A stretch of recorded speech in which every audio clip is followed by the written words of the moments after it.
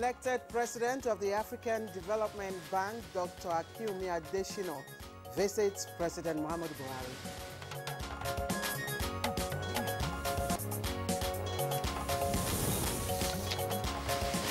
Minister of State Petroleum says deregulation of petroleum downstream sector is in the interest of ordinary Nigerians. I want to assure you that with deregulation, it won't be difficult for us to do that, to fix these refineries, because these will be commercially viable ventures now. The federal government approves additional 8.9 billion naira as hazard allowance for all frontline medical workers involved in the fight against COVID-19. In addition, the procurement of personal protective equipment PPE for hospitals and isolation centers is in progress and will be given priority.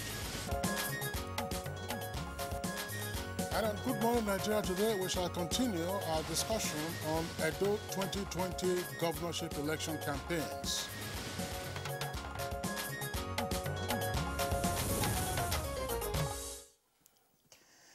Now, this quote by G.B. Shaw, that's George Bernard Shaw, author of Arms and the Man, and I quote, that an election is a moral horror, as bad as a battle, except for blood, a mud bath for every soul concerned in it, unquote. Now, that may sound extremist, but it does resonate still. And indeed, few election processes have gone by in many countries, especially developing countries, without any let of blood. Now, the build-up to state governorship elections in Edo and Ondo states here in Nigeria have not been deficient of any of the features Shaw talked about. Now, as the Edo governorship election draws nearer, political parties, of course, are canvassing more votes in order to solidify their support base or win over more converts. Now, all political parties fielding candidates in the election have until midnight Thursday next week, that's barely a week now, to round off their political campaigns. Now, succinctly put, beyond the actual vote cast, political campaigns are a fundamental feature of any electioneering process. Now, they ought to be organized activities encapsulated to influence the choice process of a specific group of people and ultimately empower them to elect a leader of their choice.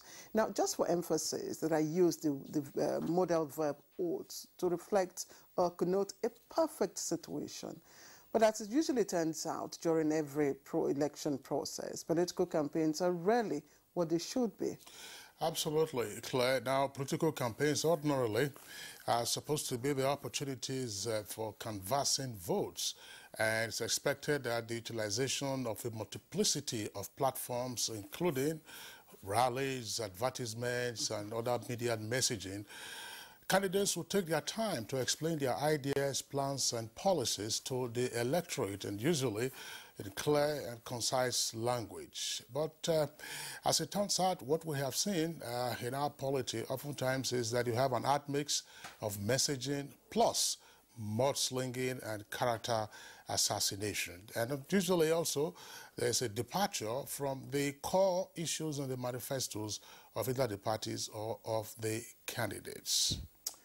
All right, and of course, Kingsley, regarding the upcoming Edo State governorship election, the National Election Umpire, that is INEC, security risk analysts, and indeed other critical holders in the stakes in Edo have raised concerns not only about build-up of dramatic events preceding the election between the two very prominent parties, the APC and the PDP, but also about their impact on the conduct, integrity, and outcome of the polls. Now, the incidents in Edo State specifically have kept security operatives on their toes, while apprehension fluttered through the people. Now, the monarch of Benin, that's Oba Ewari II, had to personally mediate between the two parties. On our part, that's the NTA, we have opened the floor for parties to leverage. So 2 days ago, specifically Wednesday, the governorship candidate of the APC, Pastor Osage Eze Iyamo, was on Good Morning Nigeria to share his vision and development priorities for the people of Edo State. Today, we feature another governorship candidate. I am Claire Adelapo Abdurrazak. It's going to be an epic edition.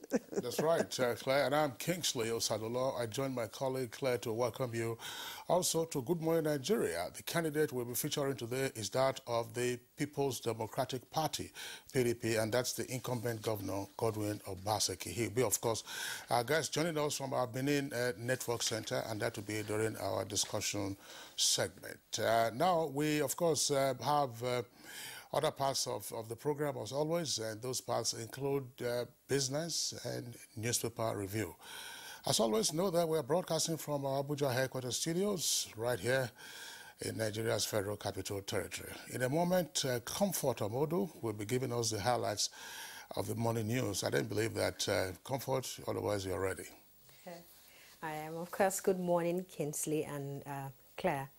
And good morning, Nigeria. Thanks for joining us. Here's the morning news. Now, nothing succeeds like success.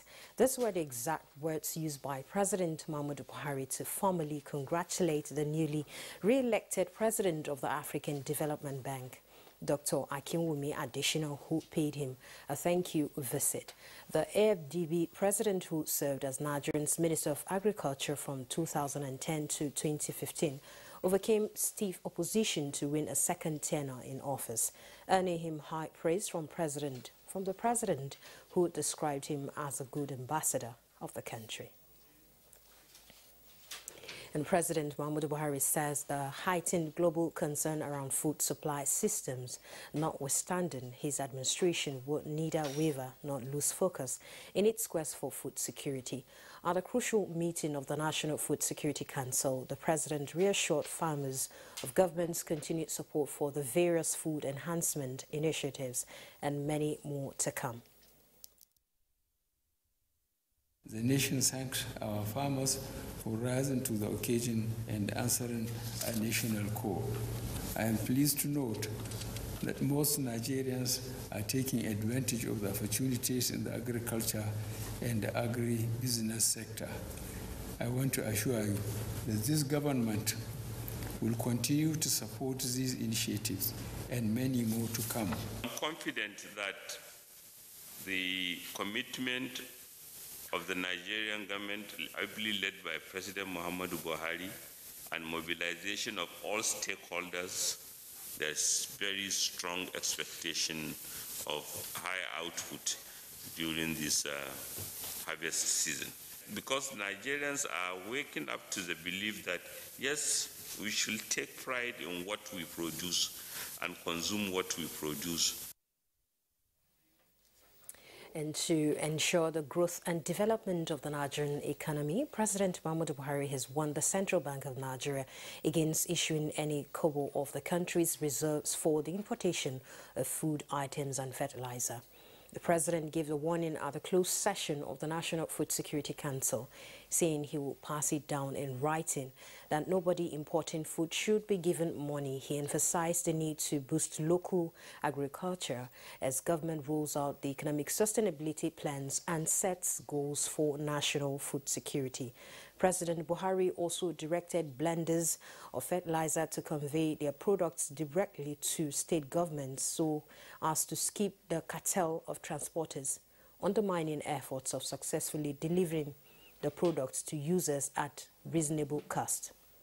The Minister of Finance, Budget and National Planning, Zainab Ahmed, heightened government's resolve to facilitate the cultivation of 20,000 to 100,000 hectares of new farmland in every state and support the offtake of agro-processing to create millions of direct and indirect job opportunities. On his part, Comptroller General of the Customs, Colonel Hamid Ali, expressed the hope of an early reopening of the partially closed borders, given the progress made with neighboring states in joint border patrols, one of the key conditions by Nigeria for reopening the borders. And deregulation of the petroleum downstream subsector is a policy direction in the interest of ordinary Nigerians. Minister of State Petroleum Timipri Silva, while interacting with journalists in Abuja, explained that with the latest development, will be able to develop refineries for optimal operation. What we have done is to sequence the rehabilitation of the refineries. That project is going, the EPC for Port Harcourt Refinery will be signed in Q4 of 2020. And by Q1 2021, work will start in earnest. Discussions are ongoing with the rehabilitation of Warri and Kaduna as well. And I want to assure you that with deregulation, it won't be difficult for us to do that, to fix these refineries, because these will be commercially viable ventures now. President Muhammadu Buhari has approved an additional 8.9 billion naira as hazard allowance for all frontline medical workers involved in the fight against COVID-19. Chairman of the Presidential Task Force on COVID-19 and Secretary to the Government of the Federation, Boss Mustafa, made this known at Thursday's briefing in Abuja.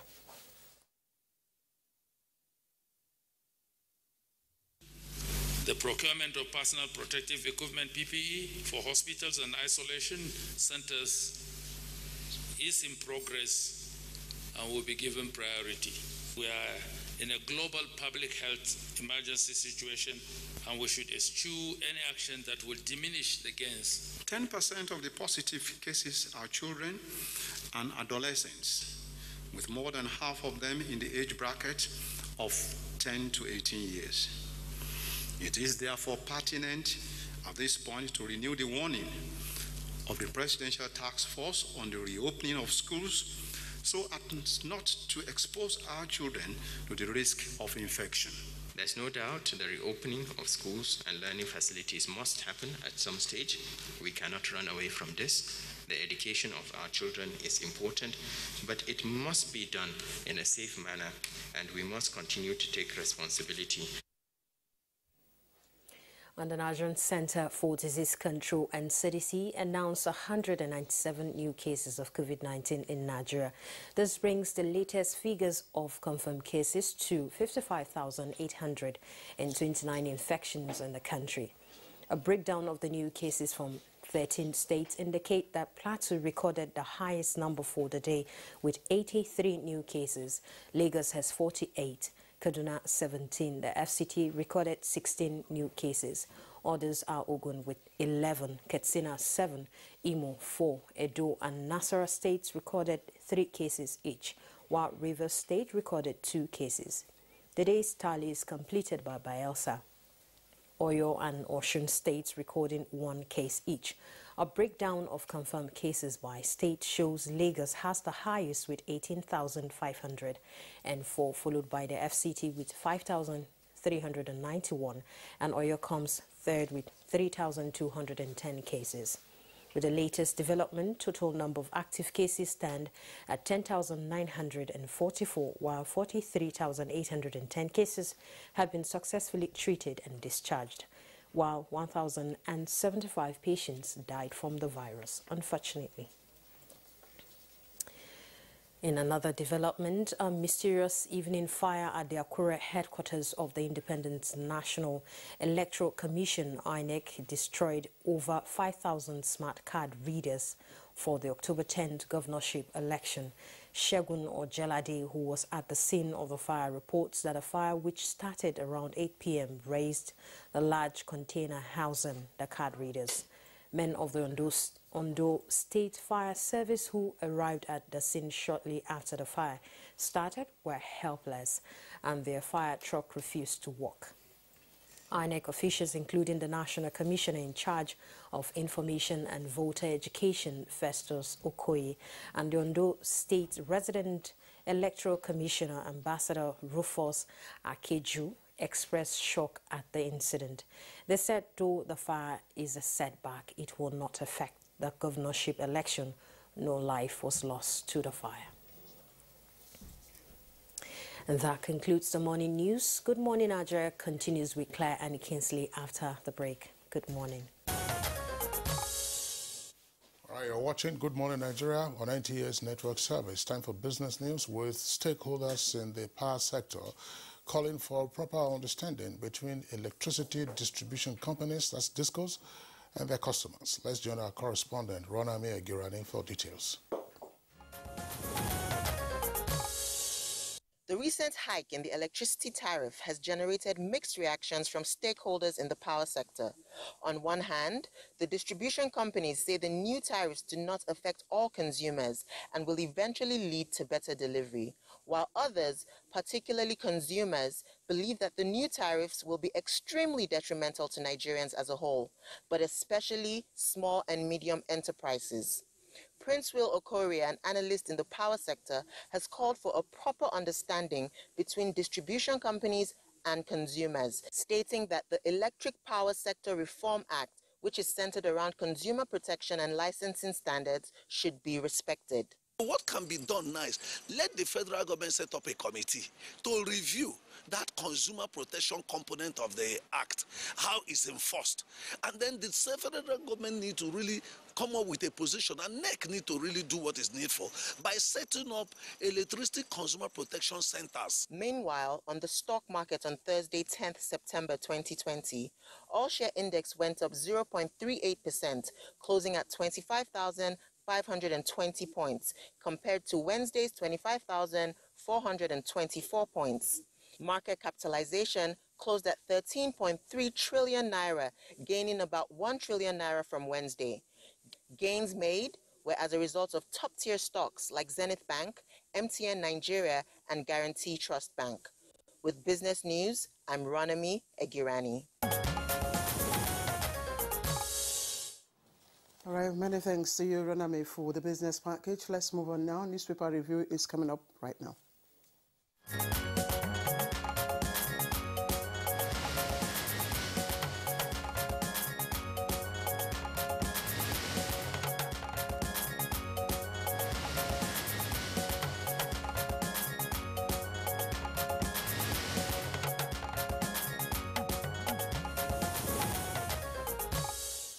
All right, so let's take a look at the window page of the Nation newspaper, and above the nameplate, the left-hand side, it says, "Why we quit NESG board by bank CEOs with the rider no corporate governance." NESG, of course, stands for the Nigerian Economic Summit Group.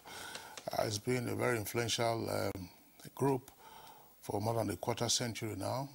It holds its annual summit. Why we quit NESG board by bank CEOs and no corporate governance. Details, page 25. North Central Forum can't threaten North unity, says ACF. That's Arewa Consultative Forum. Details on page 8. UK court asks P&ID to pay Nigeria's £1.5 million fees. Gunmen abduct kid and others in FCT suburb. Details on page 6. Below the name flag, Edo 2020, APC and PDP tango over TV debate. Busloads of suspected thugs cited at government house, APC alleges. Obaseki family backs governor's re-election bid, and Isaiah Yamo promises viable civil service. Details on page 5. Lead story comes with a kicker. Agency, food scarcity likely with massive flooding. And Buhari halts CBN Forex for food and fertilizer import. You have a quote there from the story. It says, Kebbi State is not alone in this. Flood has washed away several farmlands in many states in the northern part of the country. As a matter of fact, all the states of the Federation have suffered severe degrees of flooding since June 2020. Abdul Salami's panel wades into Edo violence. Abdul Salami panel wades into Edo violence. And Obaseki and Isaiah Yamo to sign peace pact on Tuesday. Details of that story from the front page with a continuation on page 8. Ghana's killing. Army seeks payment of 50 million naira bounty. That's page 25. And Dubai-bound passenger nabbed with 2,886 ATM cards. I take that again. Dubai-bound passenger nabbed, that is arrested, with 2,886 2,886 ATM cards. He probably owns all the accounts in the world. Claire. The summit and grazing by minors. That's on page 8. Okay, Kingsley, that story talked about, we have a picture story of it. That's the ATM story. The picture story is on the front page of the Daily Trust. If we can just get it there. Officials of the Nigeria Customs Service discover 2,886 ATM cards inside packs of noodles, allegedly carried by a Dubai-bound passenger at the Murtala Mohammed International Airport in Ikeja, Lagos. You can see, these are the pictures, concealed inside noodles. Okay, let's get on to the main story on the front page of the Daily Trust. Nigerians groan as food prices rise. Now, the writers that come with that story, we can't afford 3 meals a day, citizens. Prices of food coming down. That's coming from the Agric Minister. And the presidency says, we won't give a cover for food fertilizer importation. Now let's take you to the trending stories below the nameplate. North Central People's Forum not rebelling against ACF chairman. Details of that on page 29. Insurgency. WAEC conducts exams in Chibok schools after 6 years. Details of that again on page 10. And federal government flags off 60 billion naira MSME survival fund. The details of that on page 16. Okay, so let's look at the trending stories at the foot of the paper. Again, Customs intercepts Dubai-bound passenger with more than 2,800 ATM cards. It's boldly there. Now, boat mishap claims 11 lives in Niger on page 7. Kaduna Assembly passes bill to castrate rapist. It's on page 6. Again, Kaduna Assembly passes bill to castrate rapist. Now, card readers destroyed as fire guts INEC office in Ondo State. But again, as you heard, it will not affect the conduct of the elections in that state. Kingsley, anyone for us to talk about? Well, yeah, there are a number of interesting stories. The passenger who was arrested with over 2,886 ATM cards, of course, will have his day in court, I believe, to explain how it came about so many cards. And we also have to praise the Customs Service for being vigilant and then picking him up right at the airport before he took off. There's a very strong presumption, as some persons have indicated, that this is probably part of a syndicate group. Precisely. Part of a syndicate, and it probably was just a mule. It was just a mule who was being used to convey those ATM cards for whatever purpose. And this is how people's accounts get hacked, and they lose money and they lose their savings. So it will have its day in court. Now, the interesting story for me here is the insurgency, the conduct of exams in Chibok schools after 6 years. I think this is it's heartwarming that exams can be conducted in Chibok schools, which shows that academic activities are going on there in Chibok. Yeah, I agree with you. We're certainly going to come to that after the horrendous atrocities wreaked on Chibok by Boko Haram terrorists in April of 2014. And the students at the material time were in fact getting ready to start their West African school certificate examinations. Unfortunately, well over 200 of them were abducted, and then began the Chibok school girls saga. For the students now to return to Chibok and be in a position to write their exams tells you the resolve of government to say that, look, the terrorists cannot scare law-abiding citizens from carrying on their legitimate duties and businesses and other activities. And for this particular case, it does indicate that despite sporadic attacks from time to time that Chibok had experienced in recent years, the environment was safe enough for exams to have been conducted. A number of the Chibok schoolgirls were released. Some others, of course, remain in the custody of the terrorists, along with, of course, with Leah Sharibu, who was abducted in Benue. So that's that. Now, food scarcity likely with massive flooding. We had the governor of Kebbi here with us last week, and he was talking about the consequences of the flooding on rice farming. Happily, in that part of the country, they're able to have 3 crops of rice, planting seasons of rice in a year. So as soon as the rivers recede in terms of their swollen sizes now, they will commence. I think that's very important. Part of what the authorities should be looking at, I believe, would be what are the measures to take once the rains subside. In the coming weeks, yes, we're going to have this disaster. Once the rains subside, what will happen? What deployment do you need to make to get the farmers up, get them the right seedlings, right fertilizers, right inputs, and then get extension services to also come up? But more importantly, we also we don't hear much about the country's strategic reserve.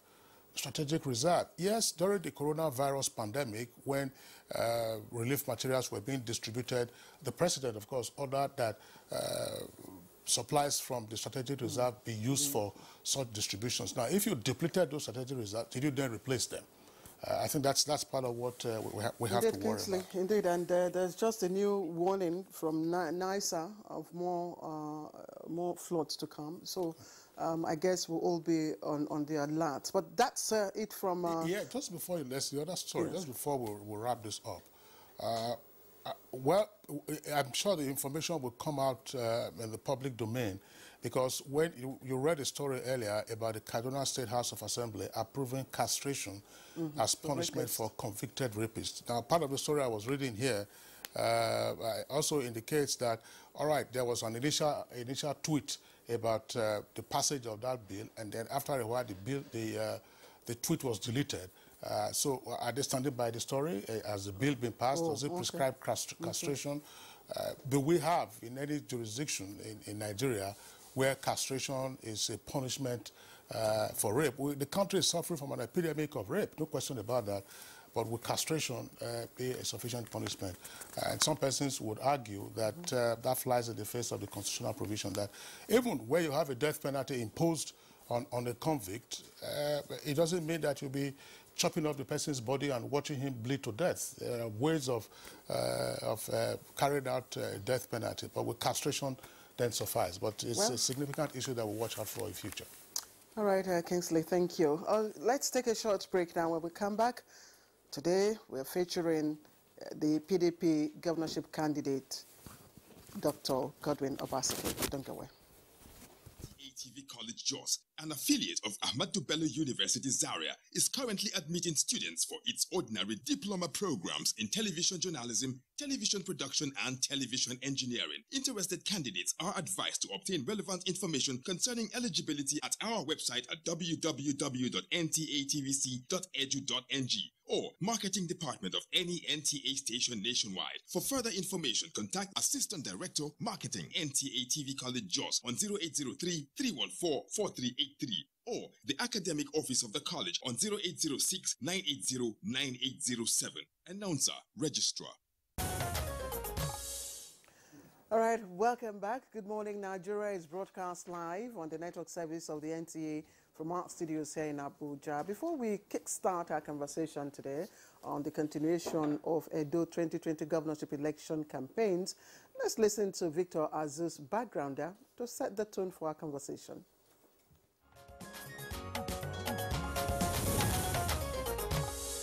It is now 6 days to the Edo State governorship election, with 14 political parties jostling for the top job. However, the race has been dominated by two political parties, the All Progressives Congress APC with Osage Yamu as candidate and the now governing People's Democratic Party PDP with incumbent Governor Godwin Obaseki as its candidate. The run-up to the September 19 poll has been characterized by lots of drama, with both candidates in a straight swap of political parties. Osagie Yamu, candidate of the PDP in the 2016 elections, becomes candidate of the APC in 2020, just as Godwin Obaseki, winner of the 2016 election, flies the PDP flag this time around.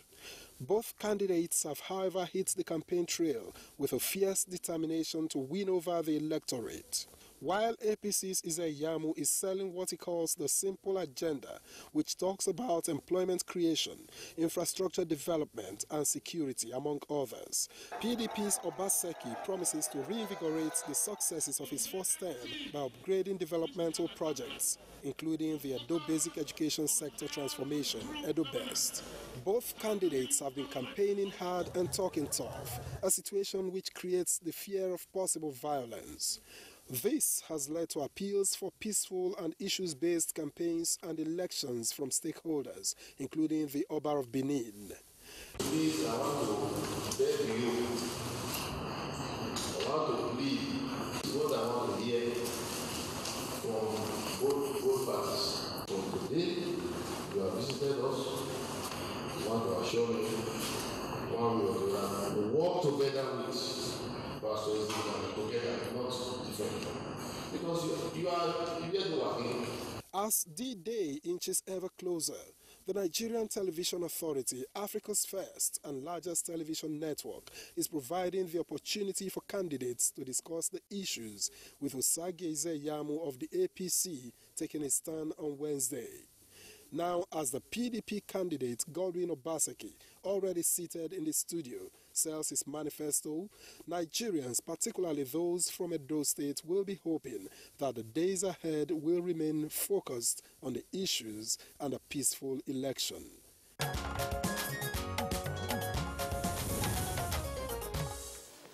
All right, let the show begin. And seated already here with us in the Abuja studio, we have of course, the two discussants who were here on Wednesday. Let me begin by introducing Esther Uzoma. She's a familiar face, a firebrand, co-convener, Nigeria Civil Society Situation Room. Esther, thank you once again for joining us. Thank you very much, Claire. Good to be here. Also with us, Dr. Sharif Gali Ibrahim, also another firebrand of the Department of Political Science, University of Abuja. Dr. Sharif Gali, thank you once again for finding time to join us. Thank you for having me.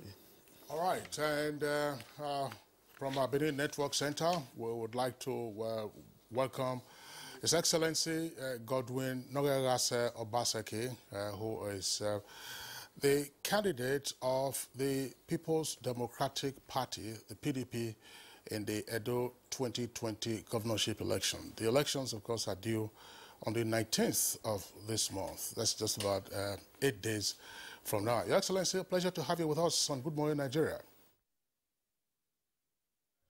Good morning, Kingsley, and thank you for having me.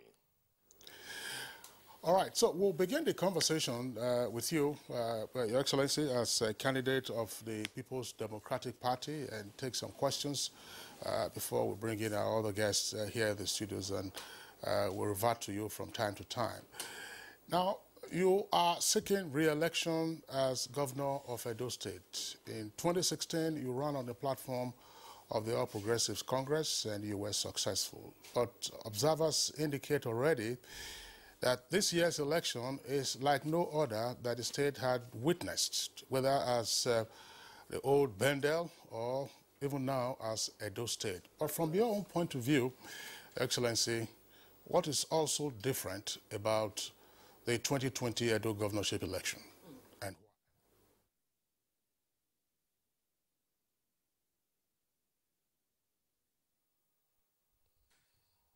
why? Yeah, thank you very much, Kingsley. The elections which will take place on the 19th of September certainly introduces new elements into the political landscape of our country. First, this is one occasion where an incumbent was refused ticket by his former party, clearly not because he didn't do well, but because of the style and some personalities within the old party. And so we have a very interesting situation where the two contestants, or the two people who contested in 2016 have reappeared, but on different sides of the political divide. So that raises the question of, do parties really matter, or is it individuals that drive our politics?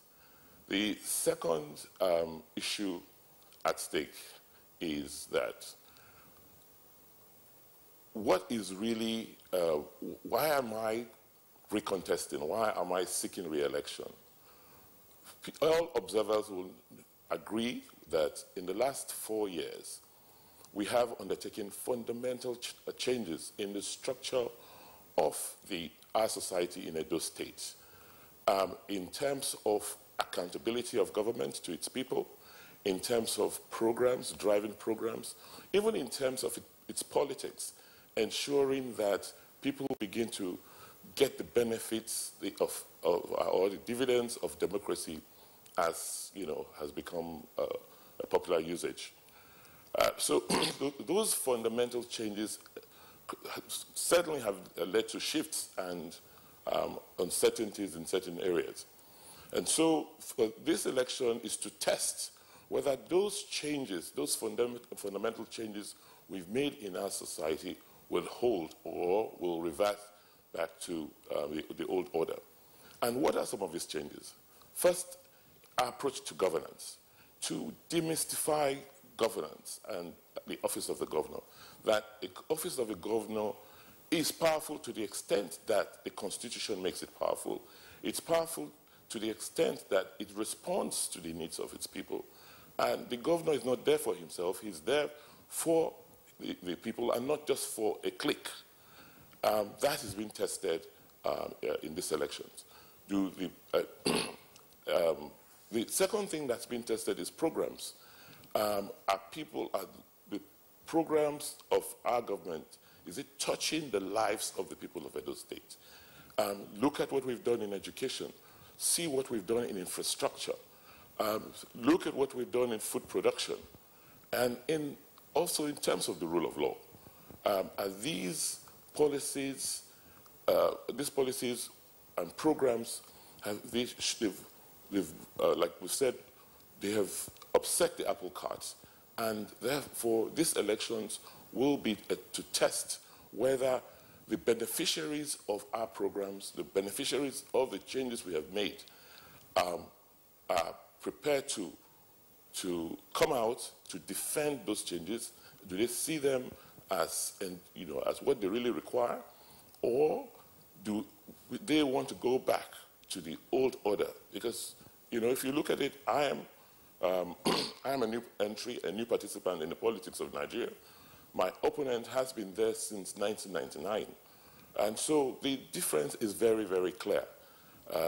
So these elections, as I said, is to test first whether our democracy is being deepened, whether the changes that we have made in the last 4 years are what the people want, and whether these changes are going to truly reposition Edo for the future. All right, thank you, Governor Godwin Obaseki. Again, you have hinted, of course, at the programs that you've been able to do.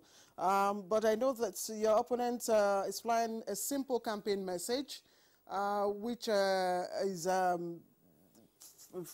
paying attention on issues like security, social welfare, infrastructure, manpower, and of course leadership examples, which imply gaps in some of these areas. So what new, as Kingsley said, since you're seeking a second term, what new value are you bringing in, and in this term that you weren't able to, implement in the 4 years that you have stayed? First have to understand what has happened in the last 4 years. What are the fundamental changes that we have made in Edo, and what has made us different as a government? Let's look at the area of people. When we came into government in 2016, Edo hit the news globally as the seat for human trafficking.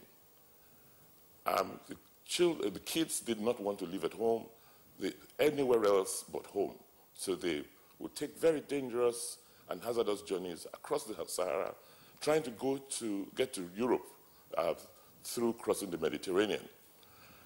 Once on reflection, we found out that the major challenge was very poor education. The educational system had collapsed. These children were not receiving the right quality of education that could give them jobs when they left school. So we've just found a situation where in most of our cities, the children or youths between the ages of 15 and 27 just turned out as almost unemployable, and they wanted to leave. So for us, education became a focal point that we had to reenact our educational system, particularly basic education. And what we've done in the area of basic education has been applauded globally, because today the children are happy going to school, because they are now learning in school. The teachers have been retrained, that we've given them digital devices, we've improved their curriculum, we now ensure attendance by pupils and teachers in our schools. The outcome is that our kids are now learning. Our children now learn in a term what they used to learn in 2 or 2.5 years. The area of governance, today I can tell you that what we have earned as a government in 4 years, relative to what we have spent in the area of infrastructure, is, some people have said it's mind-boggling. That how could, with declining revenues, how could we have achieved so much transformation in our physical space? How could we have built the extent of road networks we have built? How could we have built the physical infrastructure in terms of our secretariats and renewed as schools? In the area of food production, we've keyed into the federal government's programs, we've accessed facilities, and we've revamped existing farm assets across the state. We're now interesting young people to now go back into farming. I could go on and on. In every aspect of our lives, we have touched our people. But this is just 4 years. It's not enough time to entrench what we have done on a sustainable basis. For instance, we undertook a geographical information review. So we now have a GIS in Edo State where we have mapped the entire state to the extent that we can now issue certificates of occupancy within a 60-day time frame. That is the first phase in that program, in that project. We need to go to the next stage where we use all that data, that information, to do our urban planning, to do our regional planning for the state. These are programs, there are several programs that we have started. They're doing well. We begin to see the benefits. We need to deepen them, and we need to sustain them into the future. All right. Your Excellency, Godwin Obaseki, we are tempted to continue with you, but we want to give you the opportunity to take a sip of water, warm or at room temperature, because it appears that your throat is parched. We do experience it ourselves in the studios from time to time. I think he has done that. All right. So if you are comfortable enough to continue, maybe take another sip so that it really goes down and clears your airways. I still would like to stay with you, therefore, if you're available to continue to run on this. You talked about the cardinal issue in this election, which is to say testing the fundamental shifts which you have framed as approach to governance and delivering dividends to the people rather than to a clique. and that this is what you want to be sure is been done, plus what you were just atomizing a while ago as some of your cardinal achievements. But in the lead up to the election, there's been, some persons would say, a lot of hot air, which is noise, and then there's also been a lot of threats of violence, and I think a couple of heads have also been broken, but happily, probably there are no fatalities just yet. But why, therefore, is the state so tensed up if indeed, this is what is afoot, namely testing the fundamental or tectonic shifts, as you put it? I think we should try and look at it from a couple of perspectives. First, what has shifted? In terms of our politics, what we have done is to try and use our politics to govern, to understand what needs to change.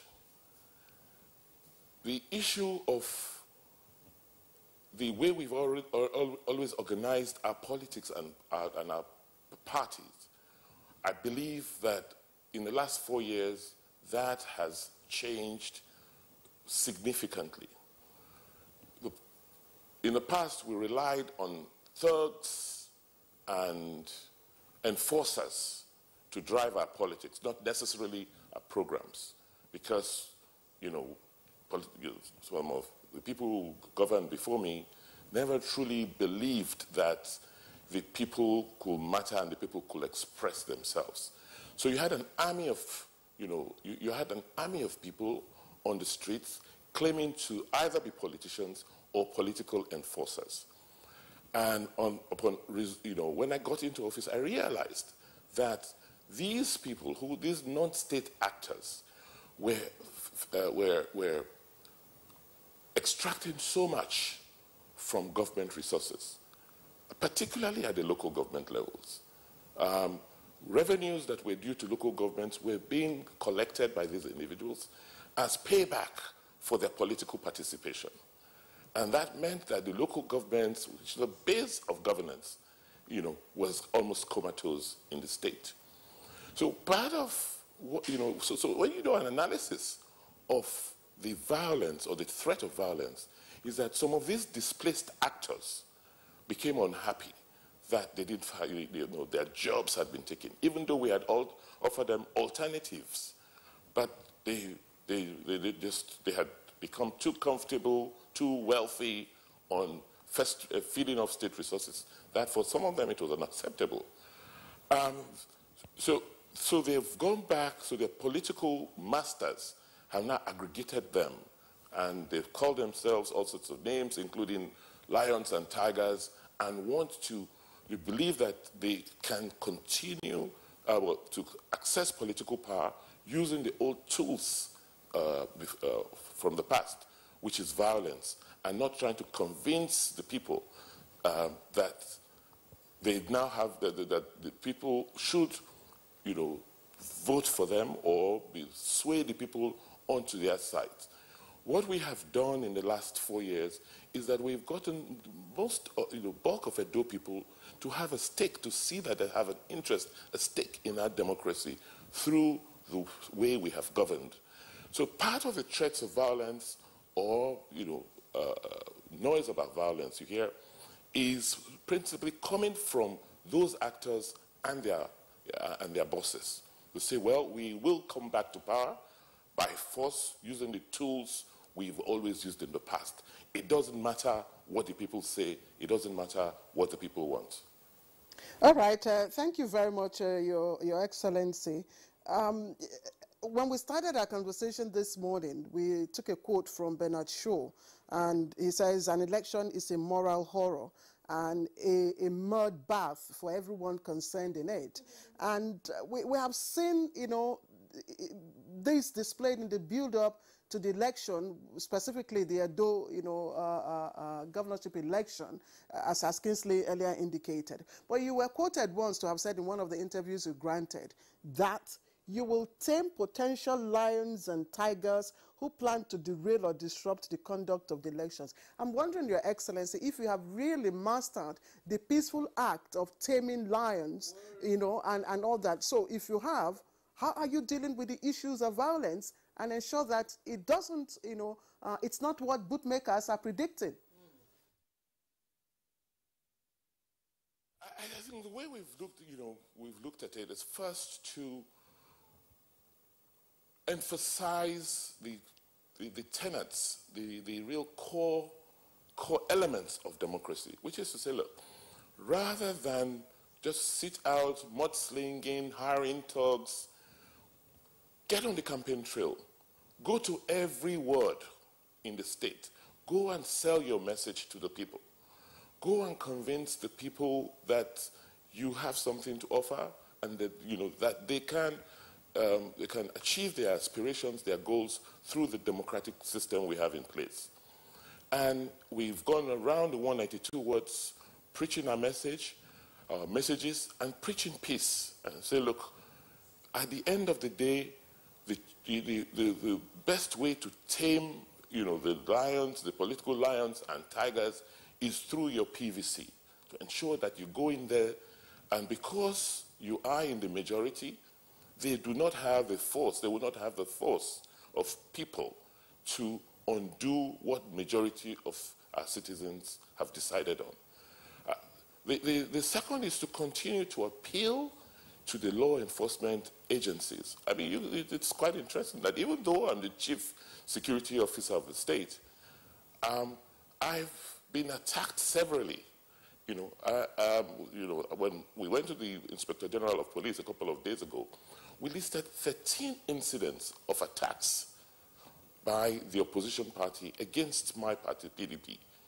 And I said, look, if the opposition have claims, they should also present it to the public. But as chief security officer, I have not asked police, the law enforcement agencies to go after them. I've not arrested people arbitrarily.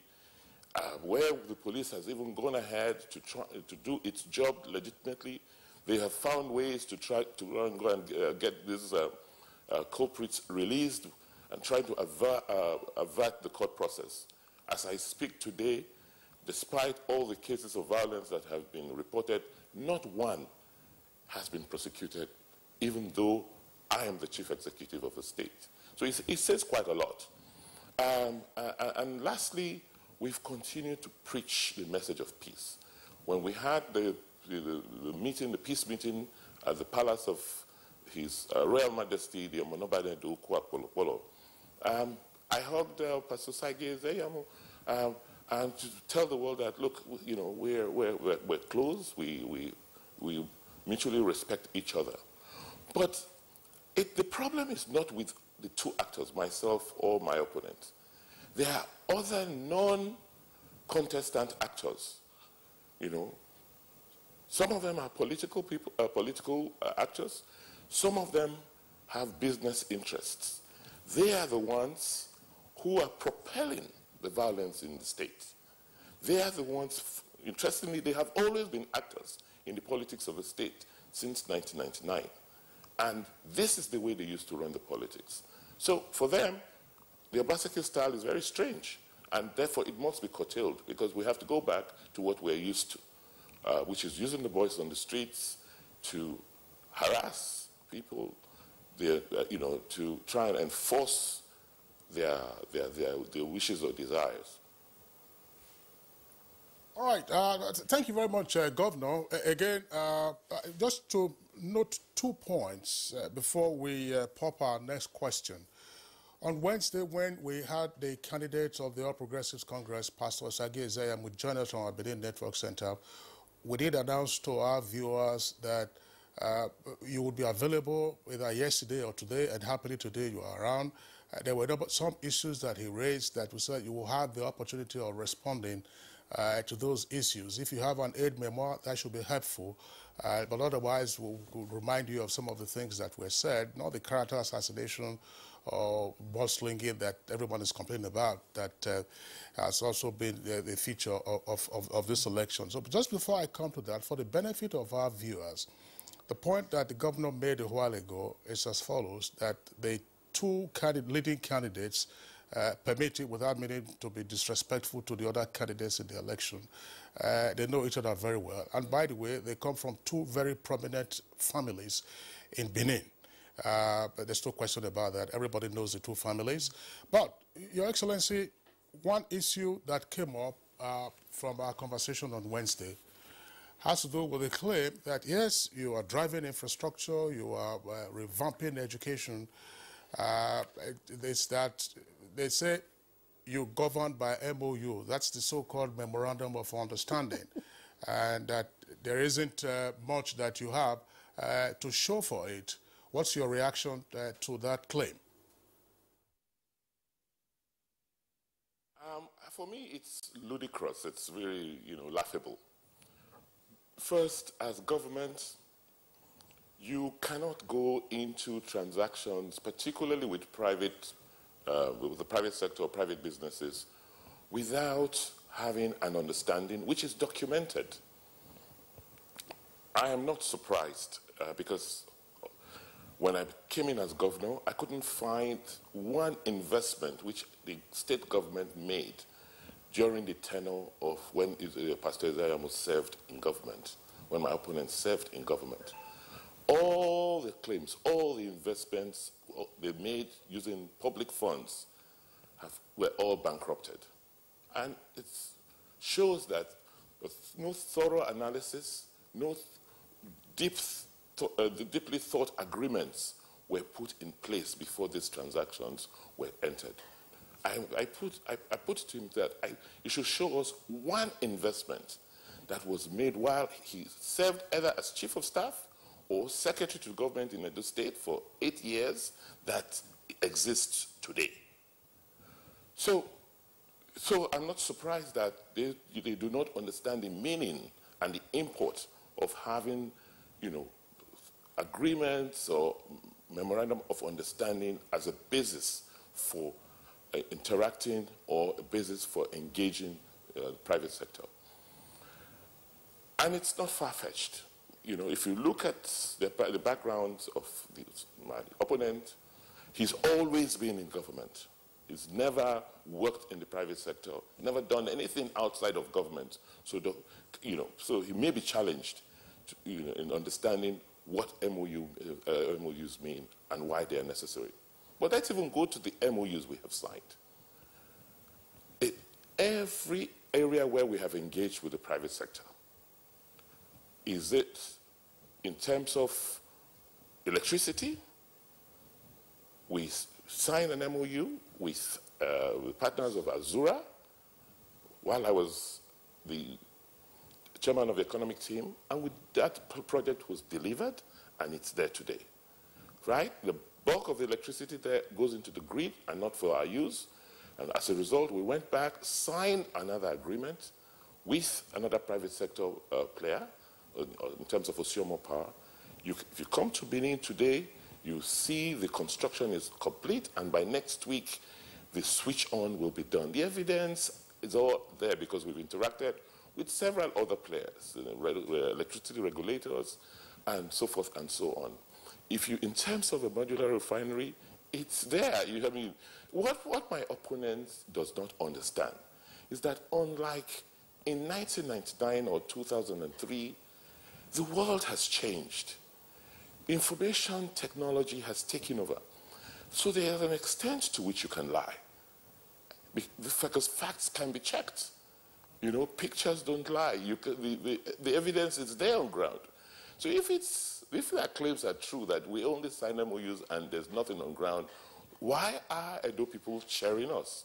Why are Edo people, in praise of what we have done? Does it mean the majority of people too have been deceived by these MOUs? And that comes to the core of our politics and where we are in Edo today with regards to politics. Yes, they're used to mudslinging to scare away and put off people who have something to offer in government. Someone who has accomplished, has achieved so much in their private lives don't want to come into government because some of these actors have painted it dirty. They want to splash mud on you as a tactic for, for preventing quality people of accomplishment to come into politics. That's what they know. But it's, to be scared is so dangerous for our political evolution. And so I am not surprised that for them, the strategy is first negative propaganda, mudslinging, and violence. Not sit across the table and have very healthy debates, very frank, honest, truthful conversation about projects, about policies, and about the direction of our people. Okay, Governor Basiki, just a reminder that Nigerians are ranked as one of the most happy people, so they would always cheer, even in the midst of a gloomy coronavirus pandemic. Nigerians are cheering, but regardless, government is said to be a continuum, implying that if a preceding government initiates people-friendly development infrastructural projects, that succeeding government would always, carry on with such projects and, take it to, to a completion. But the argument has been that in your 4-year tenure, you seem to have ignored some laudable projects initiated by your predecessor. Here again, it's really unfortunate that my predecessors could make such claims, because these are claims that can be verified. Where there's projects, one of them he claimed was the rainstorm project to drain a part of the city. I don't even want to talk about the procurement, the costs of that project. I've decided to ignore it, just like I've ignored so many things about, some decisions that were made in the past, which I'm now beginning to find out. That project was never stopped. I'm sure maybe it's the fear of what happened previously that, is haunting him, but I've never stopped that project. As I speak, that project is on. We're still paying the contractors on it, even though I have serious questions about how it was procured by him and the commissioner who did it at that time. He talked about the hospital project. I mean, the world has seen what happened. It's, despite the scandal related to it, that hospital is functional today. So I challenge him to say, which projects did I abandon? When I have, as government, gone to continue projects that were abandoned after the General Ubombudia's regime, I am rebuilding projects that have been abandoned for 40 years. Why would I abandon those of the past administration in which I was part of? These are the things we must eradicate in our politics. Political actors, particularly people who should be statesmen, should just not conduct themselves the way some of them are conducting themselves. I mean, how can you just lie so blatantly? I mean, these facts can be checked. And you expect people to look up to you and show respect to you. These are the kind of tendencies that we must eradicate from our politics. Sorry, Kingsley. Yeah, sorry. Your administration has also been tagged as a rapper-given administration. I mean, indicating the quality of the services and the dividends of democracy you claim to have built. Can you speak on that? I didn't get that. It's a rapper, or Yes, rapper given tenure, where you dole out probably insignificant projects and things like that. Well, here again, you see, you will always look at life from your own perspective. You only see things, from the way you know how to do things. So when you want to interpret what others have done, the tendency is to talk about it from your own prism, from your own standpoint, which may not, and usually may not be the reality. So let's take the core elements of our reform. In terms of education, where we have enacted a basic educational system, where we have we went into an agreement with a technical partner, and we've retrained almost all our teaching staff. We've given them the aids, the tools, the technology aids to work to teach our children. How can that be a wrap-up, or how can that be a cover-up? Because you have 270,000 children in our school system today receiving that education. We have a portal. You can go in there and check and see these children, their pictures. We have data on their parents. So how can that be wrapped up? The teachers are there giving testimony. Is it the road networks?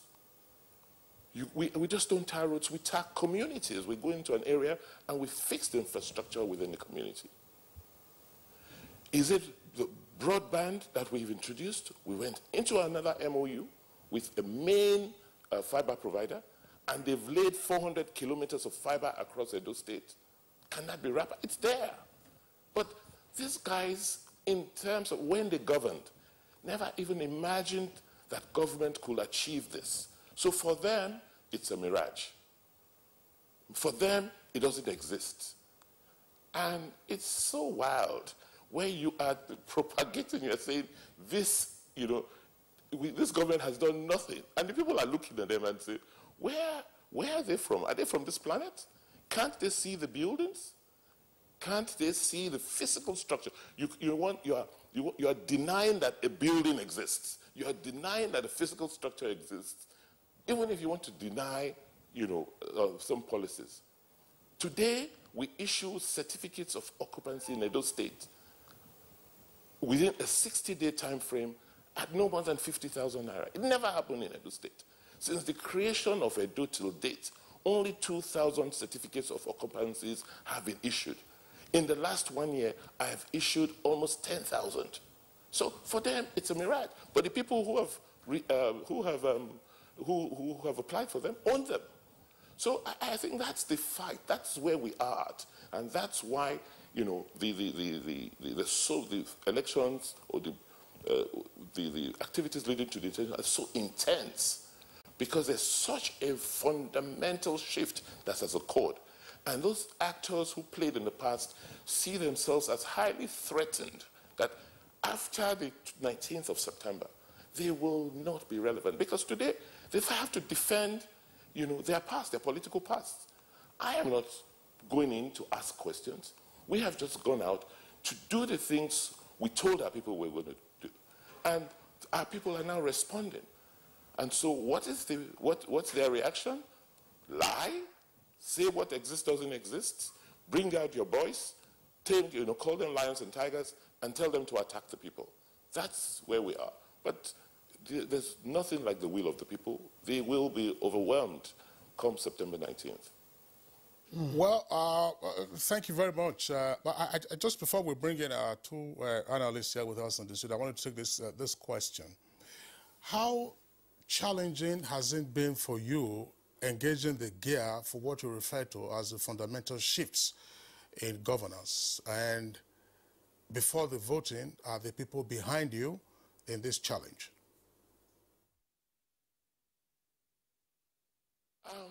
Well, it's been quite difficult because, governments up till now, the government had always run on a certain logic, maybe I'll say on a certain illogic, which is to say that once you're in politics, once you're in power, you are there because the benefits of power must accrue to you. So you are the ones that should get the contracts, whether they procure properly. So as a political actor, you get the contracts, you sell the contracts. So a contract that you could have procured for 100 naira, you end up procuring it for 300 naira.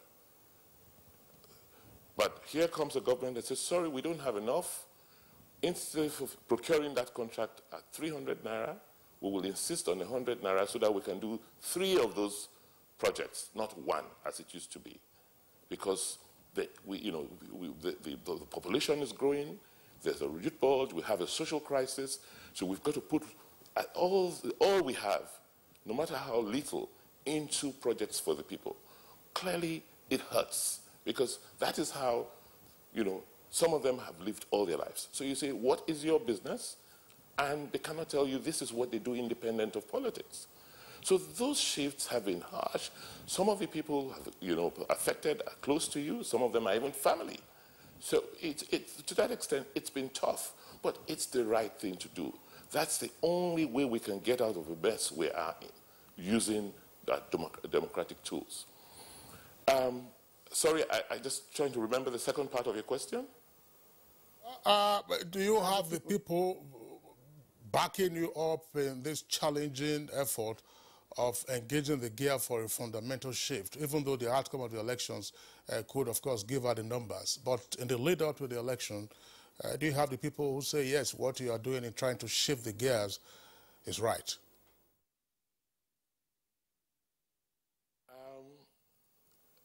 I will be shocked if we have less than 80% of the people behind us.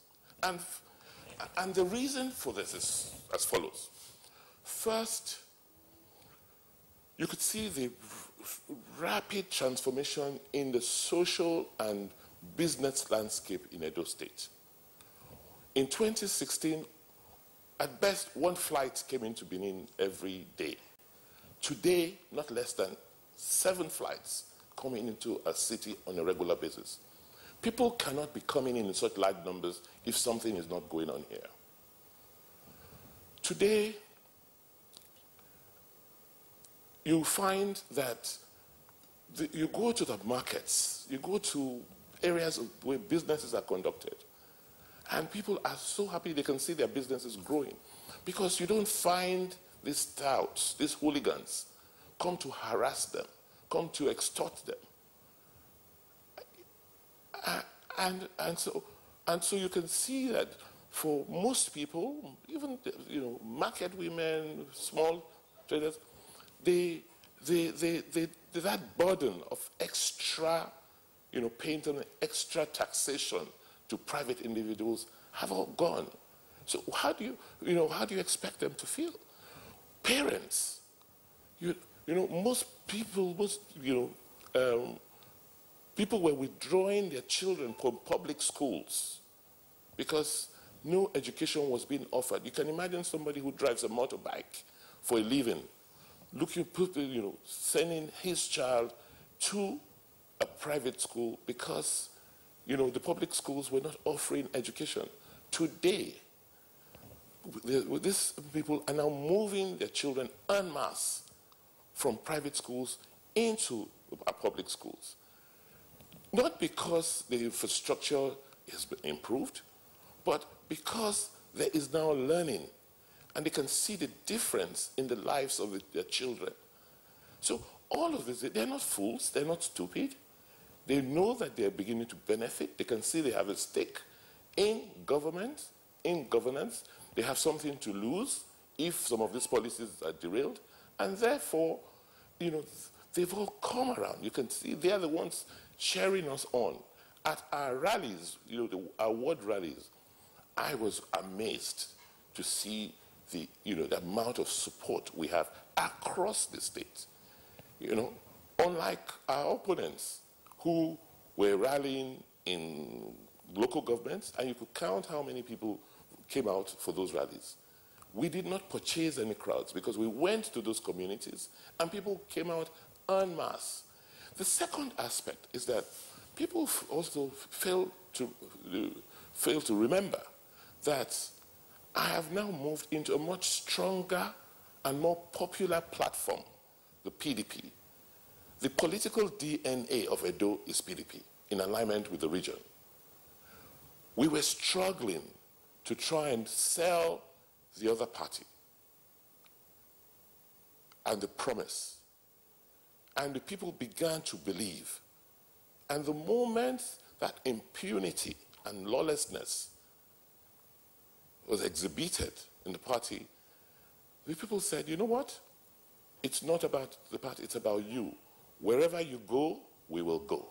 And so what you have today is a groundswell of a very popular candidate going to a very strong party within the state.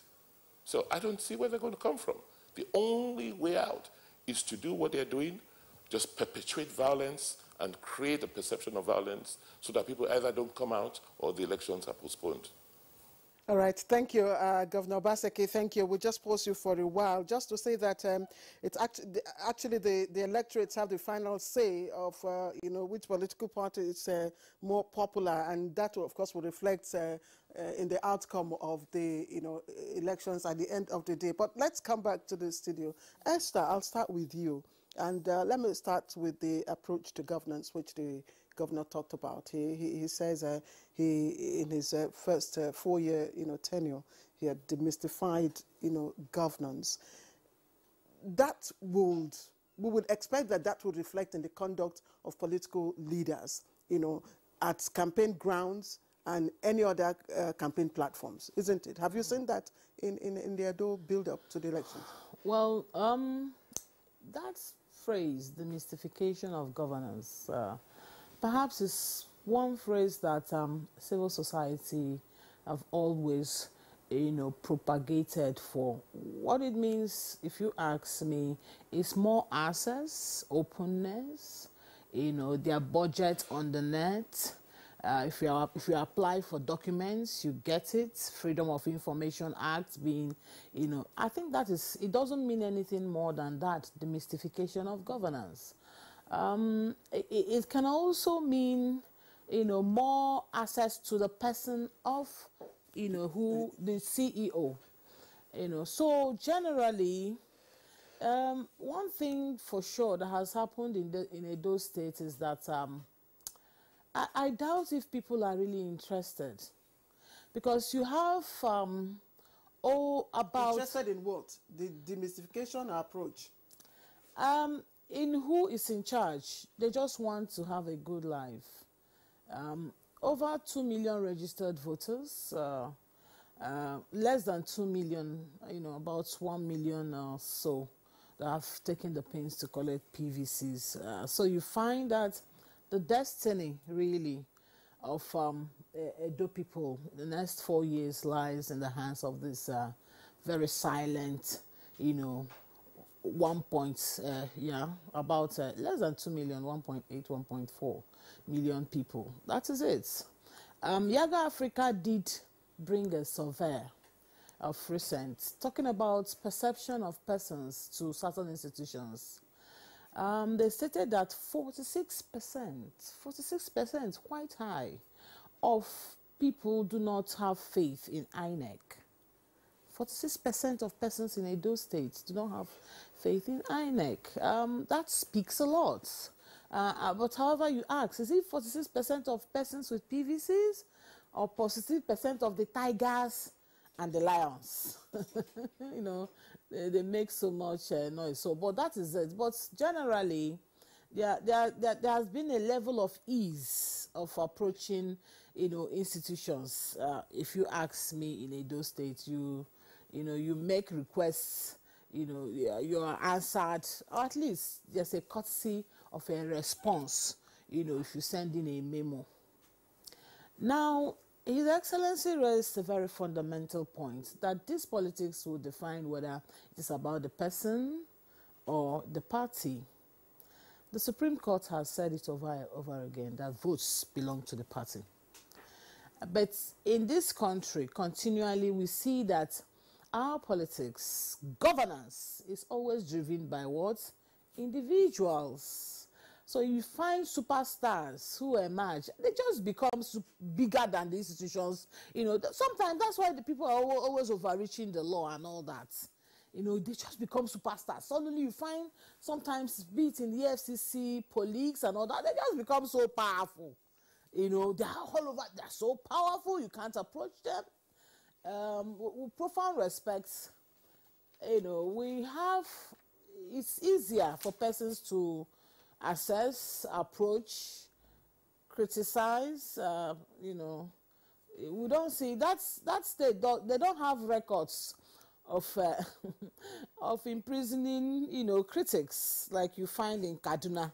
You understand? Yeah, you don't have such records. Now, if you also look at what the IGP is doing, law enforcement, The interface that Nigerian Civil Society Situation Room had recently with the IGP, at the pleasure of the IGP, by the way, he made it very clear. In fact, there are some persons have been arrested, some huge gladiators have been arrested and are being prosecuted. The law, all right, the institution of state, the police as a primary driver, of security in elections, they have demonstrated so far from our assessment their intention to be unbiased, all right, to follow the law as it is. They have demonstrated it. The issue of fake police, fake security that featured prominently in Kogi, steps have also been taken because we are constantly, in touch with the situation room of the Nigerian police. Okay, so all those steps are being taken. But one thing that will be very, very critical, the voter is not aware extensively or to a large extent of the new code of conduct for the voter. There's a new code of conduct for the voter.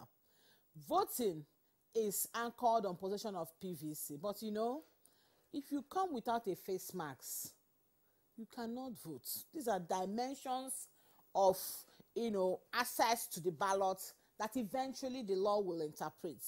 If you don't come with a face mask, you cannot vote. If you come with displaying symptoms, all right, yes, because there will be thermometers to, on the spot, all right, check people's temperature. People who will probably be standing under the sun. Okay? So, but this new code of conduct says, listen, if you come here and they test you, your temperature is high, they may, all right, ask you to do what? Step aside. We saw INEC chairman briefing, the Center for Disease Control. So these are things that will eventually, because you might find, because like we do always find in the field, that strongholds, you find out that these persons might now eliminate voters in strongholds of the opposition based on this. These are some of the issues that will eventually come to, would need judicial decision. Was this tested at the Nasarawa Central Constituency election, by-election? Yes. Was it deployed? Yes, and some other technology that was test run, like the Z-pad, that was supposed to provide alternative or reinforce authentication of the PVC, was used in Nasarawa. But they said, listen, we're not going to use this Z-pad in Edo. All right, so there's so much experiments. We're going to, this Edo election, so many things will be tested. All right, look at, yes. Esther, thank you very much. I mean, you raised a number of important points, voter education and responsibility of party agents. That's I right. think these are issues that the political parties themselves will have to worry about. If you, as you have indicated, sometimes politicians believe that you have to diminish access in the strongholds of your opponent so that fewer votes come from that location. So I think it will be the duty of party agents to be sure that the thermometer that is being used is set at 0 before it starts, so that it doesn't have it doesn't have 10 degrees added to it, and they put it to your head like this, and the thing is reading 40 something, and they say no, or guys, step aside, or madam, step aside. All right, we're going to have to take a short break now, and when we return from the break, we continue with the conversation. All right, welcome back, and it's still Good Morning Nigeria live on NTA's network service. We'll still have all our three guests, Governor Godwin Obaseki of Edo State and candidate of the People's Democratic Party in the September 19th governorship election, Esther Uzoma, a lawyer and co-convener of Nigeria Civil Society Situation Room, here with us in the Abuja studios, Dr. Sheriff Gali Ibrahim of the Department of Political Science, University of Abuja. Gali, look, there are a number of issues on the table, but I would like you to speak to one of those issues. You listen to the candidate of the PDP, who is incumbent governor, talk about what the election is virtually, it's all about, what would it come down to, testing, in his words, the fundamental shifts that he has enunciated. Plus, significantly, that, look, he's chummy with the candidate of the APC, but that non-state actors who have political and business interests oftentimes are the ones who fund the embers of discord and also, allegedly, those who foment trouble and cause mayhem and anxiety and tension. I would like you to respond to these issues before we turn to the governor. You see, if you look at critically the ambience of politics and democracy, there is no way you divorce, support. Even outside Nigeria, Africa, you look at a continental differentiation. Going to Europe and United States of America, you see that we have institutions that support, candidates in terms of elections. Even though there are questions, on that, if it is with the intention, to pay back, especially the multinational corporations existing within a polity. Definitely, you must not, directly show your support for a candidate. It's supposed to be neutral. So, but there is no way you divorce such a non-state or even internal support, or intervention in such a polity. But what I would like to emphasize on is the issue of demystifying the process of governance, demystifying the process of governance to the positive side, that will actually usher in democratic dividends, for the benefit of the electorate as well as members of the state. I think that is the best reality that we should have envisaged and work after, to be achieved. But the issue here is that demystifying the process of governance in Edo State, if it were, for you to kick against, because it takes a lion heart to demarcate, between the lines of loyalty and disloyalty or loyalty and political betrayal. I think the executive governor of Edo State, the incumbent governor, has made a gross mistake, ab initio. What kind of mistake did he make? Was that when you try to ban the entrance of the members of your own political party into the government house, I think it is a sheer mistake, initially, which was the genesis of the entire crisis, that we are facing today in Edo State. Why? Because history always repeats itself. We go back to the example, Ekiti State has been an epitome of political failure or progress in Nigeria. Why? Because look at what Fayeshe did, in the long run, trying to antagonize members of the political party. And in the long run, what occurred? They went against him, they campaigned against him, and they made sure that they brought him down. What he was looking for, he couldn't actually get. So, no matter how, your family remains your family. Because a member of an APC, regardless of, what he is, who he is, he belongs to that particular political party, and you must actually romance together politically. So initially, you ban this particular people coming, either they are businessmen or even non-state actors, but provided support, to the state for its political development. I think that was the genesis of the crisis. Then the second aspect is... before you get into the second aspect, do you have any evidence of the governor? He will speak for himself. Yeah. But do you have any evidence that the governor banned? You have used that word twice. You see, I think it is not hidden because that was all the genesis, especially those appointed or those who were Oshomole loyalists, as of that particular time, especially those in charge of the revenue collection, etc., etc. So this triggered the crisis initially. It is there, written, documented.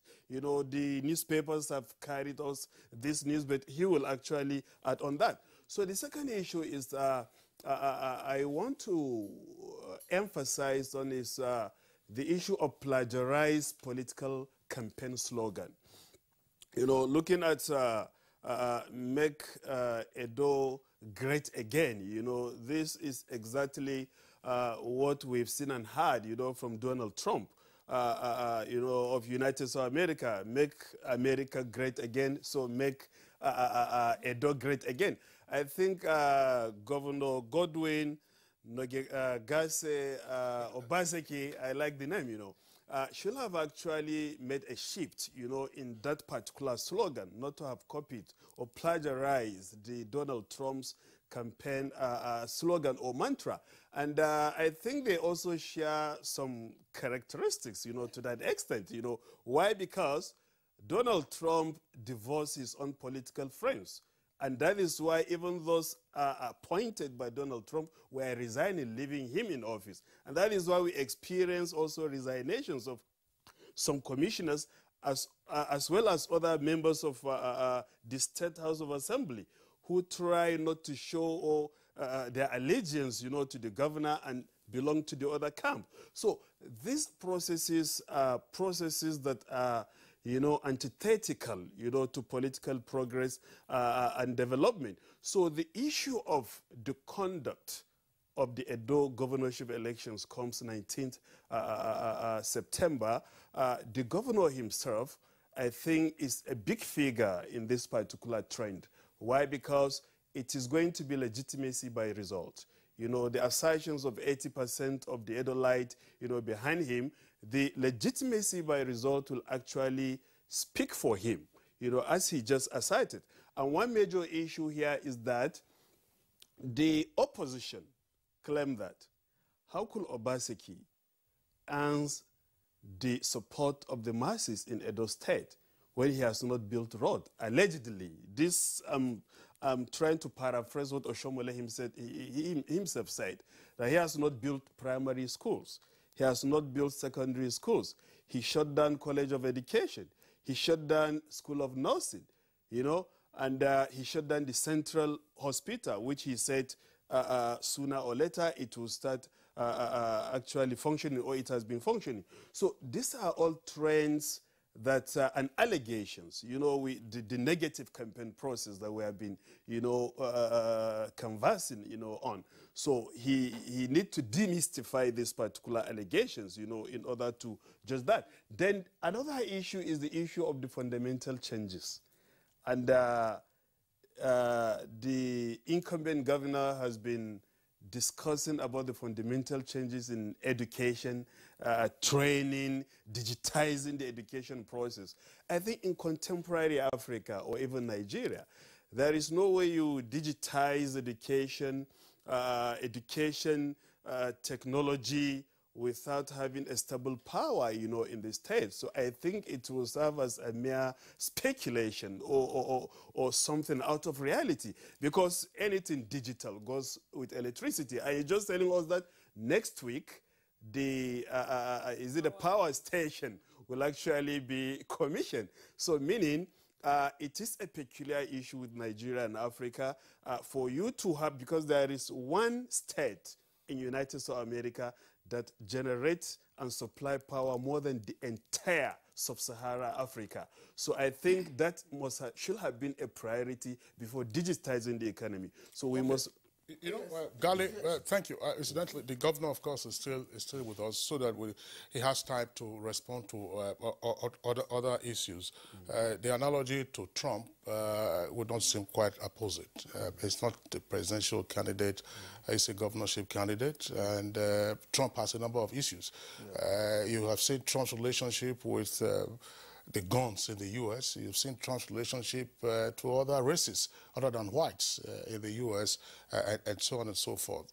The governor has explained some of the issues you also just talked about in terms of power supply, Azura power plant, which feeds the national grid, and the power project embarked upon by the state government. But we'll give him the opportunity to touch on and respond to your observations with regard to the claims and counterclaims in the state. So back to His Excellency, the Executive Governor of Edo State, in our Benin studios. Very much. I believe some very, very interesting perspectives have been shared.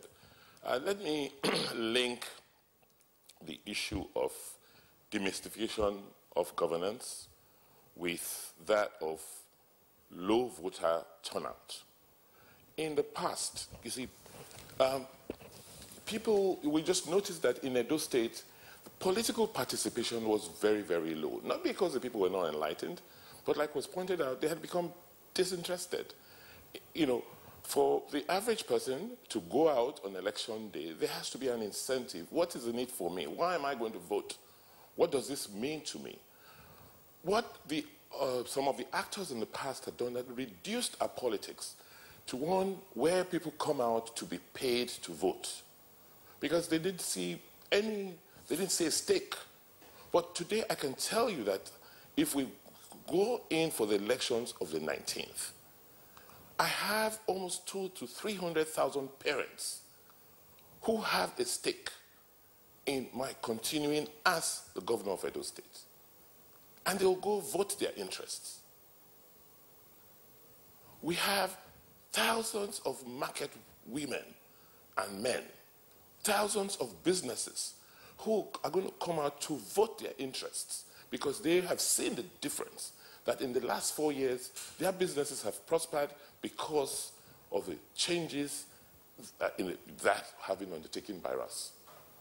So we're hoping that this election will address the issues of political participation in Edo State from a different angle than was in the past.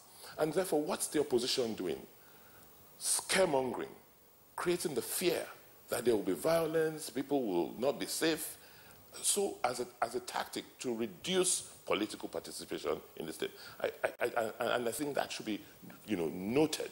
I don't see them being able to enforce the mayhem or the level of violence on that day.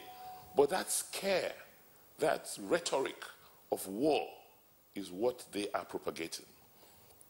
The second issue that was raised I want to address is, what are these fundamental shifts? It's about institutionalization, shifting from a one-man rule, a godfather rule, to one in which there is a consensus that the people really matter. The people are the one who dictate, not one person. And the people dictate through institutions. And you can see that. For the claim that I'm not a political player, I'm not a team player, is wrong, very wrong. If anything, I am more of a team player than a lot of the other political actors. What has happened is some personalities who have come into our politics who, either out of sheer selfishness, arrogance, have just decided to be impetuous, to allow impunity be the order of the day. How can a party or an institution called a party have its own constitution and it's set aside? How can they set aside court judgments and expect that that institution will thrive? So what we've done as a government, what I've done as a governor, is to say, I am just an individual. Let me strengthen the institutions of governance. Let me strengthen the office of the governor. I will come, I've come in, I will leave, but the office of governor remains. So it's really sad when I see someone who has been a governor before deriding the office of governor, trashing the office he occupied, because in their minds, where they come from, they only matter, not the institutions. By assertion that we have 80% of the people behind me, you can prove it, the polls show it, provided those people are allowed to express their votes. They're allowed to, vote, and those votes should count. And you will see, because we didn't pay people to come out at our ward rallies. They voluntarily came out. In a place like Jetu, near Auchi, we had about 5,000 people in a ward rally. And when I looked around, I didn't see any hired buses. At the end of the rally, people just walked back to their homes. That is what politics should be about, not hiring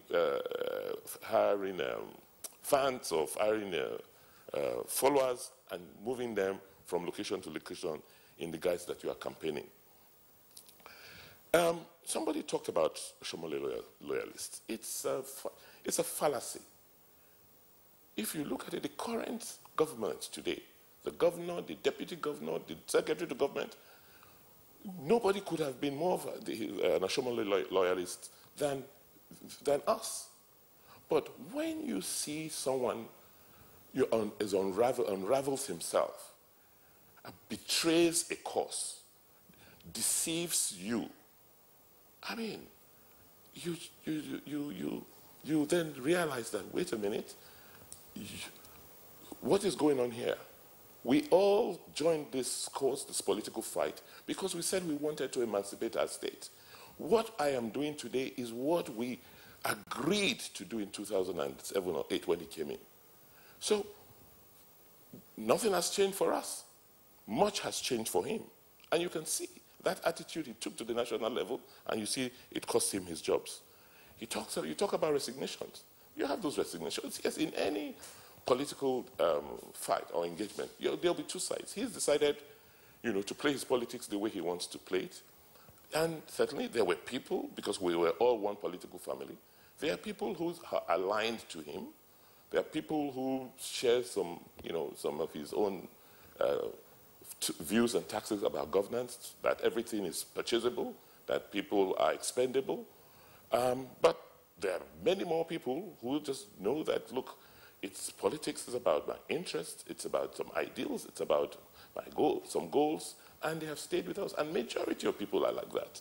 So not everybody is purchasable.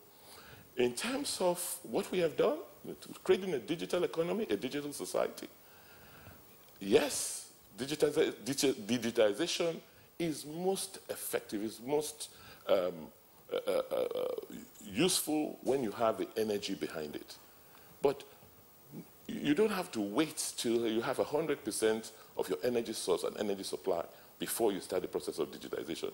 And the fact that you do not have constant power does not mean you don't. And by the way, Edo, Benin City, is the hub of electricity in Nigeria, because we have a full complement of generation, transmission, and distribution. The bulk of the power generated, particularly in the Delta, are all transmitted into Benin, and from Benin, they get redistributed or retransmitted across the country. So in terms of electricity, we've always had. But what we're doing, what we're saying is that for each to be effective, for each to reach our people, we need to have better control of the supply, and that's what we're doing. But the teacher tablets can be charged. They have solar charging terminals. The tablets are very rugged. A teacher charges her tablet, and for 2 or 3 or 4 days, she can go ahead without having to recharge those tablets, and that electricity is available. I think what has happened is that while we've spent our 4 years working for our people, rebuilding our society, these other guys had nothing else to do except just propagate lies, falsehood across the country. So it's unfortunate that some of those lies have stuck, but I just want to tell people that go on to authentic websites, go to our websites, go to websites of credible agencies to see what is going on in Edo State. Governor Basiki, I'm sorry to interject here. There's so much we have not talked about, but our time is fast spent. I will just ask you this question, because I know that it is everybody's desire to have a peaceful, violent-free and fair election in Edo State. And that's a new concept I learned, which is the concept of rival partnership. And it's been tested by Professor Douglas Dion, Professor of Government in Harvard University. He does believe that, violence, war can be averted even between a hegemonic power and a challenger. And I can draw analogies where this, has happened. U.S.-Soviet Union relationship, of course, during the Cold War, there was cooperation and confrontation. Even U.S. and China now, you see some form, of tension. If you look at the relationship between President Muhammadu Buhari and the immediate past president, the immediate past president belongs to a different political party, and in that wise, a rival. But when it comes to issues of national interest, both of them come together to agree. When it comes to issues of regional interests. Both of them work together to agree. So do you think that both of you and other parties in Edo can have what is called rival partnership? Yes, it is possible if we agree on some basic fundamentals. You can't have the rival partnership when you argue that something that exists does not exist, or you believe or you say that something that exists does not exist. So where do we start from? How do we even start reaching, the rival agreements? So it's about values. It's about your approach to your politics. Yes, we must at some point in time. If we are talking about Edo, and we are arguing that argument is that we want to make this a better society for ourselves and for our families, then why do we want to destroy it? I think for us, we are trying to prevent the destruction and decimation of our society. Here is a society, an empire, with a very, very proud people. And somebody or a set of people superintended a state where the children were living in hordes to go and do, because they were in search of opportunities across the world. And it didn't bother them. And today we're taking measures to stop that, and they are fighting. How do you agree on those? Where do you start the engagement from? So let's look at the issues. Like I said, they're very, very fundamental issues. We say, let's train our children. Let's give them better quality education.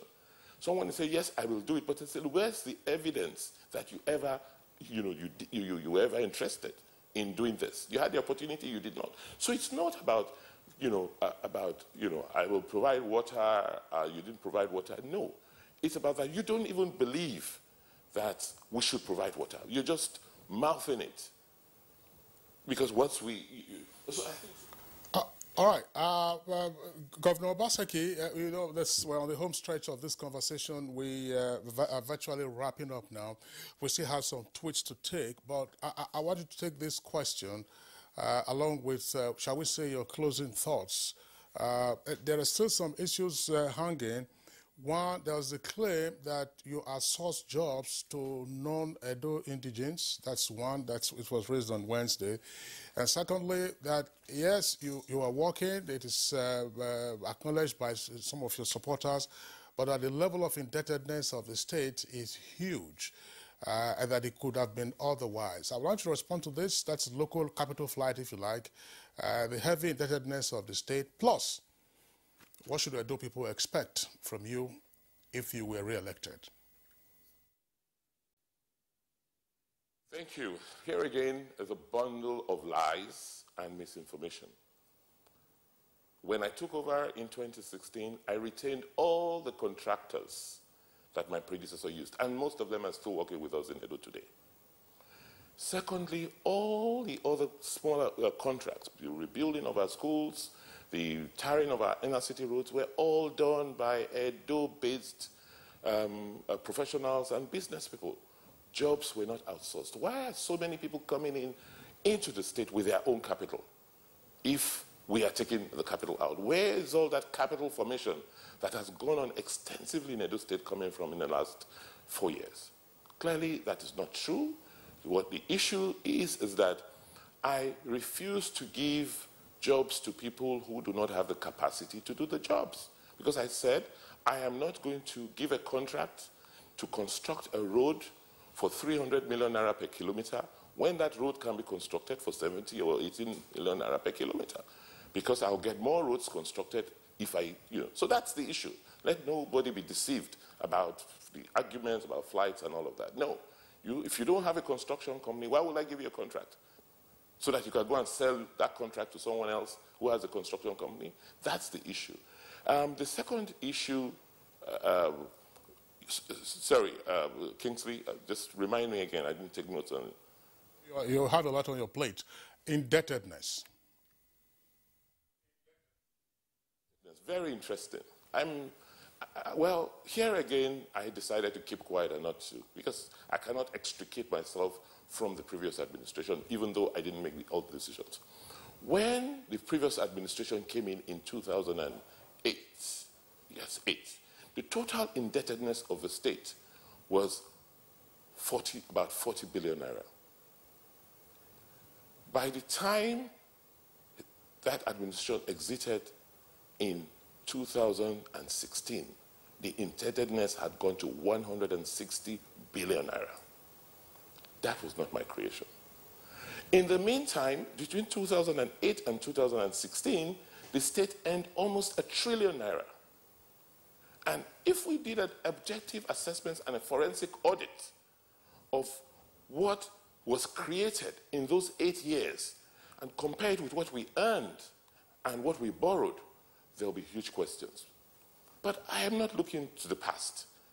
I'm sure that's the fear that, oh, I'm going to open a can of worms and people could go to jail. That's not my objective. My objective is to look forward and to rebuild the Edo society. What's the last question, Kingsley? Well, what should Edo people expect if you got re-elected on the 19th? If you gauge the amount of development in the physical space, what we've done in terms of infrastructure, which has attracted a lot of interests of the Edo diaspora back at home. If you look at what we've done with things like education, what we're doing with agriculture, these are very early steps, but they're proving to be very successful. We will scale. Edo will be the hub for things like medical care, things like education, and the Edo economy will be one of the strongest in this country because we have everything. We have the energy source, we have oil and gas, we have the land, we have the sources of raw materials. But all of these will only happen when you have the right governance, which is what I am providing. So, all right. Well, Your Excellency, Executive Governor of Edo State, we are out of time. Our directors and producers have been indicating to us that time is ticking. We'd like to thank you for being with us on Good Morning Nigeria. We appreciate your time and wish you the very best in the elections.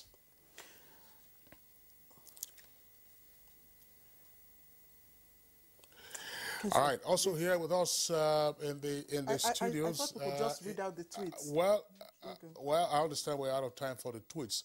We're of course on the Edo election, on the eve of the election, we'll return to the same subject matter. Okay?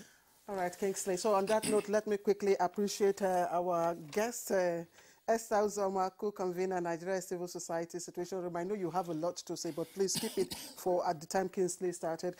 Said Dr. Sharif Gali Ibrahim, Department of Political Science, University of Abuja.